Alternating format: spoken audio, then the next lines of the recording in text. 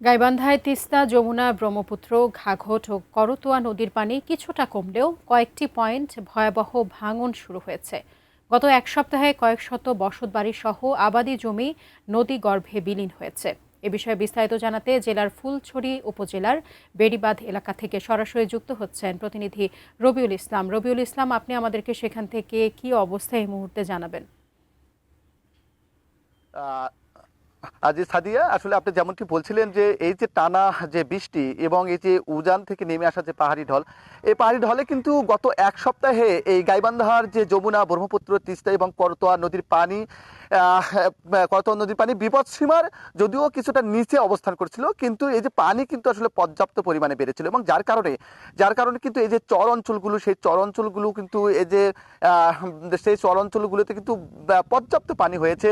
এবং আমরা কিন্তু দেখেছি পানি উন্নয়ন বোর্ড কর্তৃক আমাদের কাছে যে তথ্যটি আসলে দেওয়া হয়েছে সেটি হলো যে 25টির উপর এরকম পয়েন্টে কিন্তু আসলে এরকম কিন্তু ভাঙন শুরু হয়েছে। যদিও যদিও তো এই যে নদীর তীরবর্তী মানুষরা আসলে যেটি বলেন যে যখন পানি আসলে বাড়ে তখনও কিন্তু ভাঙন শুরু হয় এবং যখন পানি আসলে কমে তখনও কিন্তু আসলে এরকম ভাঙন শুরু হয়। তো আমি কিন্তু দেখেছি যে এই যে বিশেষ করে নদী তীরবর্তী মানুষগুলোর যে একটা হাহাকার, তারা যে এরকম বসত বাড়ি, আমি কিন্তু ইতিমধ্যে তথ্য নিয়েছি যে কয়েকশো বসত বাড়ি, আবাদি জমি, বিশেষ করে এই যে আবাদি জমিগুলো কিন্তু একেবারে নদী গর্ভে কিন্তু চলে গেছে।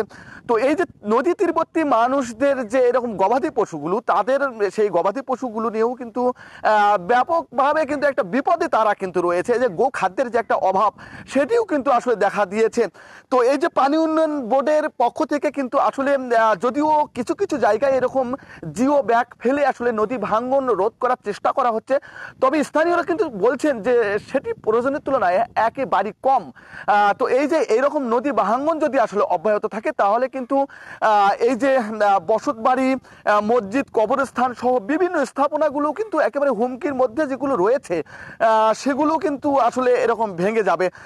তো এই যে স্থানীয়রা যেটি দাবি করছেন যে যে প্রচুর পরিমাণে জিও ব্যাগ ফেলে যাতে অন্তত এই যে আপাতত ভাঙন রোধ করা যায়, এটি কিন্তু আসলে স্থানীয় যে দাবি। এদিকে কিন্তু আমি প্রশাসনের সঙ্গে কথা বলেছি, জেলা প্রশাসনের সঙ্গে, তারা কিন্তু বলছেন যে